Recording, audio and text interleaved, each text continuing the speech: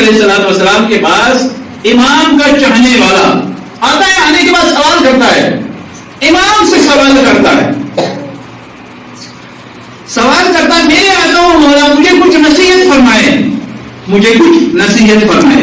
امام جعفر صادق علیہ السلام نے سوالیہ انداز میں چاہنے والے کو کچھ نصیحتیں فرمائی۔ امام جعفر صادق علیہ السلام نے کچھ نصیحتیں فرمائی۔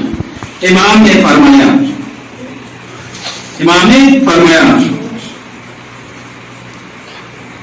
بالکل سوالیہ انداز میں، امام نے اس کو جواب دیا، سوالیہ انداز میں اس کو سمجھایا۔ خدا نے جب تمہاری روزی کا ذمہ لیا ہے، تمہاری روزی کا ذمہ جب خدا نے لیا ہے تو پھر روزی کے لیے تو غمگین کیوں ہوتا ہے؟ امام نے فرمایا جب اللہ نے روزی کا ذمہ لیا ہے تو پھر غمگین کیوں ہوتا ہے؟ معلوم ہے کہ اللہ نے ہی روزی دینا ہے، پھر انسان کو غمگین ہونے کی ضرورت نہیں ہے، پھر انسان کو غمگین ہونے کی ضرورت نہیں ہے۔ اسی بات انہوں نے دوسری نصیحت فرمائی، اگر روزی تقسیم شدہ ہے، اگر روزی تقسیم شدہ ہے تو لالچ کس لیے ہے؟ اگر معلوم ہے کہ روزی تقسیم شدہ ہے، اللہ نے جتنا میرے حق میں رکھا ہے، جتنی روزی مجھے ملنی ہے اتنی روزی مجھے مل جائے گی، معلوم ہے ہر ایک کو روزی ملنی ہے، اللہ نے ہر ایک کے لیے روزی رکھی ہے، تقسیم کر کے رکھی ہے، تو مجھے اپنے حصے کی روزی مل جائے گی۔ تو پھر لالچ کس لیے؟ لالچ کر کے یہ بھی مجھے مل جائے، یہ بھی مجھے مل جائے، یہ بھی مجھے مل جائے، تو لالچ کی وجہ سے حرام کی طرف ہاتھ بڑھاتا ہے، کسی کا مال چھینتا ہے، نہ حرام کو دیکھتا ہے نہ حرام کو دیکھتا ہے۔ لہذا جب معلوم ہے اللہ نے جتنا مجھے دیا ہے میرے حصے کا اتنا ہی تھا، محنت کرنے کے بعد مشقت کرنے کے بعد جتنا حصہ مجھے ملا ہے میرے حصے میں اتنا ہی رکھا ہوا تھا، لیکن اس کے بعد بھی ہم لالچ کر کے حرام کی طرف ہاتھ بڑھائے، لالچ کرے جبکہ معلوم ہے، تو پھر لالچ کس بات کی لالچ ہے؟ جب معلوم ہے میرے حق میں جتنی روزی ہے اتنی روزی اللہ نے مجھے دینی ہے۔ جناب لقمان حکیم بہت بڑے حکیم گزرے، حکیم سے مراد ڈاکٹر ہوتا ہے، ایک حکیم وہ ہے جو دانائی کی باتیں کرتا ہے، جو دانائی کی باتیں کرتا ہے، جو فضول کلام نہیں کرتا، جس کے کلام میں نصیحت ہوتی ہے، جس کے کلام میں وزن ہوتا ہے، جس کے کلام میں کشش ہوتی ہے، اس کو کیا کہتے ہیں؟ حکیم۔ جناب لقمان اپنے بیٹے کو نصیحت فرما رہے ہیں، نصیحت کی ہے، روزی کے حوالے سے نصیحت کی ہے۔ میرے بیٹے، جناب لقمان اپنے بیٹے سے نصیحت کر رہے، میرے بیٹے جب تو ماں کے شکم میں تھا، کچھ کر نہیں سکتا تھا، ماں کی شکم میں تھا، کچھ کر نہیں سکتا تھا، اللہ نے تجھے روزی دی ہے۔ جناب لقمان نصیحت فرما رہے ہیں اپنے بیٹے سے، جب تو ماں کے شکم میں تھا تو کچھ کر نہیں سکتا تھا، اللہ نے تجھے روزی دی ہے۔ سلوات پڑھیں بخشا۔ اس کے بعد جب باہر آیا ماں کے شکم سے، تب بھی کچھ کر نہیں سکتا تھا، پھر بھی اللہ نے تجھے روزی دی۔ میرے بیٹے پھر بھی اللہ نے تجھے روزی دی۔ بچپن سے لے کر جوانی تک، 16 سال 17 سال 18 سال 20 سال تک اللہ نے تجھے روزی دی، اللہ نے تجھے روزی دی۔ جب ماں کی شکم میں تھا اللہ نے روزی دی، کچھ کر نہیں سکتا تھا، جب شکم سے باہر آیا کچھ کر نہیں سکتا تھا، اللہ نے روزی دی۔ اس کے بعد جوانی تک اللہ نے روزی دی، 3 مرحلوں تک اللہ نے روزی دی۔ اب چوتھا مرحلہ آیا ہے، چوتھے مرحلے میں تو شک کرتا ہے اللہ مجھے روزی دے گا کہ نہیں دے گا۔ اب تو پریشان ہے، جب تو کچھ کر نہیں سکتا تھا اللہ نے تجھے روزی دی ہے، اب تو محنت اور مشقت کر سکتا کرتا ہے، اب تو جوان ہو گیا ہے، اب جب کہ تو کچھ کر سکتا ہے، اب تجھے شک ہے کہ اللہ مجھے روزی دے گا کہ نہیں دے گا؟ جب 3 مرحلوں تک اللہ نے روزی دی ہے، چوتھے مرحلے میں بھی جب اللہ نے تجھے اس لائق بنایا ہے، اب تو روزی کما سکتا ہے، یہ کیسے ہو سکتا ہے اللہ اب تجھے روزی نہ دے؟ یہ کیسے ہو سکتا ہے؟ اس کے بعد امام نے فرمایا اپنے چاہنے والے سے تیسری نصیحت امام نے کیا کی؟ اس کے بعد صادق عالم محمد نے فرمایا اگر حساب حق ہے، اگر معلوم ہے حساب ہونا ہے، فَمَن يَعْمَلْ مِثْقَالَ ذَرَّةٍ خَيْرًا يَرَهُ وَمَن يَعْمَلْ مِثْقَالَ ذَرَّةٍ شَرًّا يَرَهُ، اگر ذرہ برابر بھی کوئی نیکی کرے تو اس کا بھی بدلہ ملنے والا ہے، اگر ذرہ برابر بھی کوئی برائی کرے اس کا بھی بدلہ ملنے والا ہے، اگر کوئی کسی کے پاس لاکھ ہے تو لاکھ کا بھی حساب دینا ہے، 1000 ہے تو 1000 کا بھی حساب دینا ہے، جتنا اس کے پاس ہے اس کا حساب دینا ہے، کروڑوں روپے جمع کیا ہے، پراپرٹی بنائی ہے، اربوں خربوں کی پراپرٹی بنائی ہے، جتنی پراپرٹی ہوگی اس قدر اس کا حساب ہوگا۔ یا پھر صادق علیہ السلام نے چوتھی نصیحت اپنے چاہنے والے سے کی ہے اگر جزا حق ہے، نیکی کا بدلہ ملنا ہے تو سستی کس لیے؟ جب معلوم ہے کہ نیکی کا بدلہ ملنا ہے، اللہ کی خوشنودی کے لیے اللہ کے کسی بندے کو محتاج کو مدد کرے، صبح اٹھ کے عبادتوں سے اپنی دن کی شروعات کرے، جو تنگ دست ہے ان کی مدد کرے، اگر اللہ نے دیا ہے ان کی مدد کرے، اگر اللہ نے دیا ہے کہیں پر ٹوٹا ہوا پل ہے، اگر اللہ نے دیا ہے اس پل کو بنانا حق ہے تو گناہ کس لیے؟ جب معلوم ہے کہ گناہ کرنے پر جہنم میں جانا ہے تو پھر گناہ کس لیے انجام دیتے؟ معلوم ہے کہ جہنم میں جانا ہے گناہ کو انجام دینے پر تو پھر گناہ کس لیے؟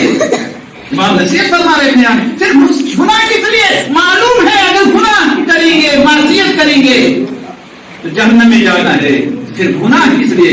گناہ کیوں انجام دیتے ہیں؟ اس کے بعد امام نے فرمایا اگر راہ حق میں یعنی اللہ کی راہ میں خرچ کرنے کا بدلہ حق ہے، راہ حق میں اللہ کی راہ میں خرچ کرنے کا بدلہ ملنا ہے تو بخل اور کنجوسی کس لیے؟ پھر بخل کس لیے؟ پھر کنجوسی کس لیے؟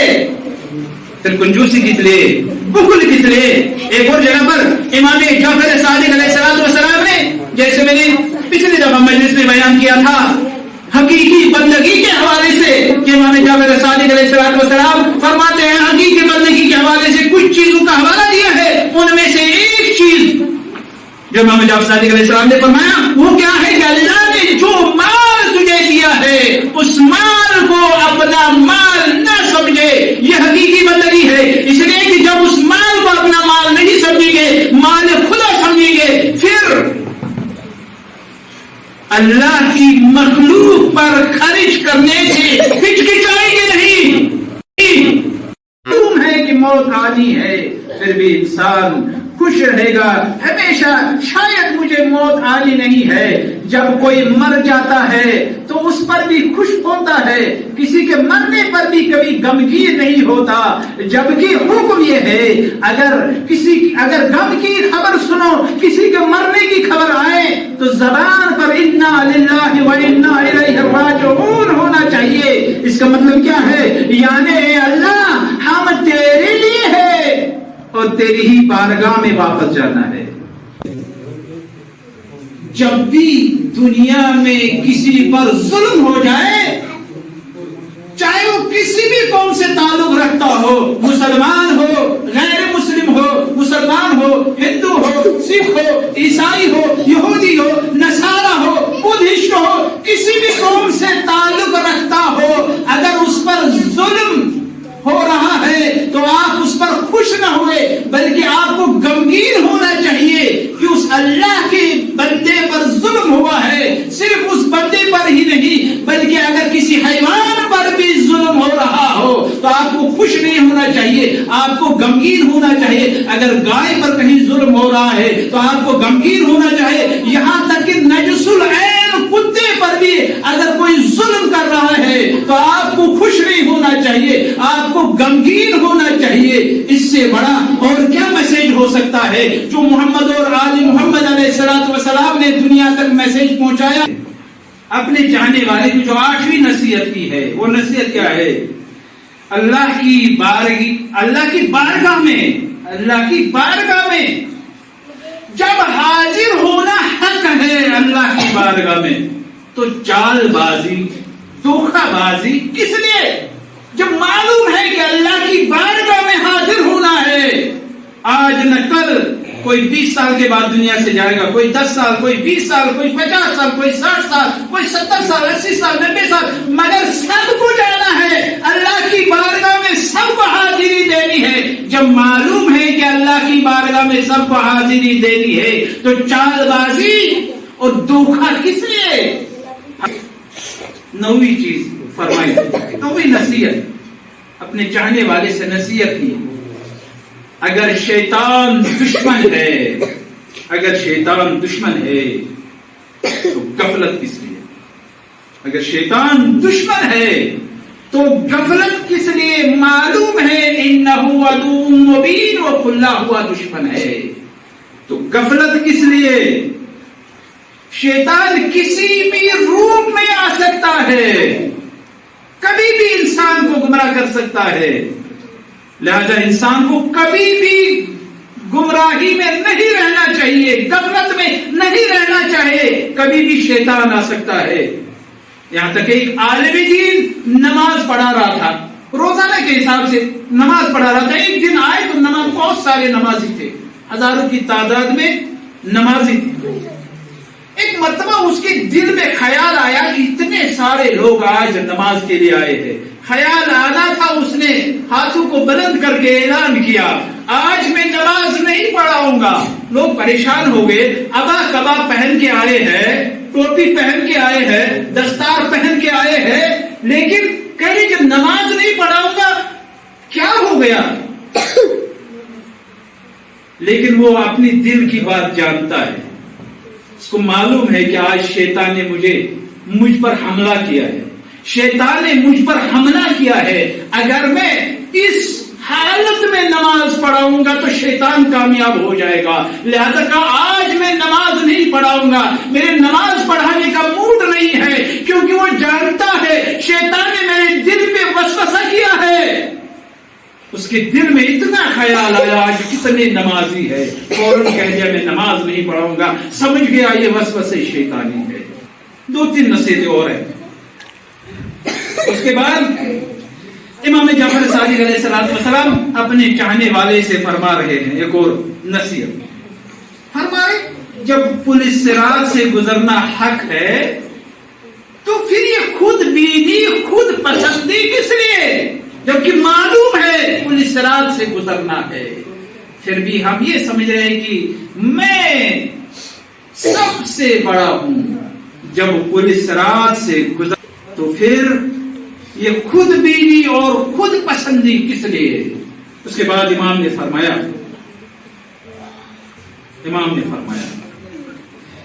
جب قضا و قدر حق ہے، جب قضا و قدر معلوم ہے، جب قضا و قدر خدا کی طرف سے ہے، جب خدا کی طرف سے قضا و قدر ہے تو پھر غمگین ہونا کس لیے؟ پھر غمگین ہونا کس لیے؟ جبکہ معلوم ہے قضا و قدر خدا کی طرف سے، موت اور حیات خدا کی طرف سے ہے، انسان کا جینا مرنا خدا کی طرف سے ہے، تو پھر غمگین ہونا کس لیے؟